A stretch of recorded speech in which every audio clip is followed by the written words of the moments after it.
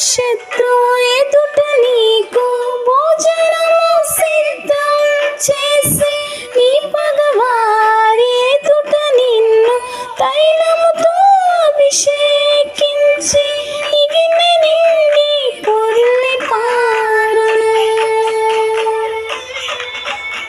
కృపయు క్షేమము నీ వెంట వచ్చును.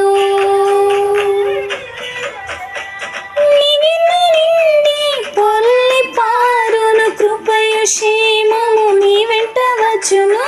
నా కృప ఎన్నడును దూరం చేయనని నీతో నేను నిబంధనను చేసి ఉన్నాను. నా కృప ఎన్నడును దూరం చేయనని నీతో నేను నిబంధనను చేసి ఉన్నాను.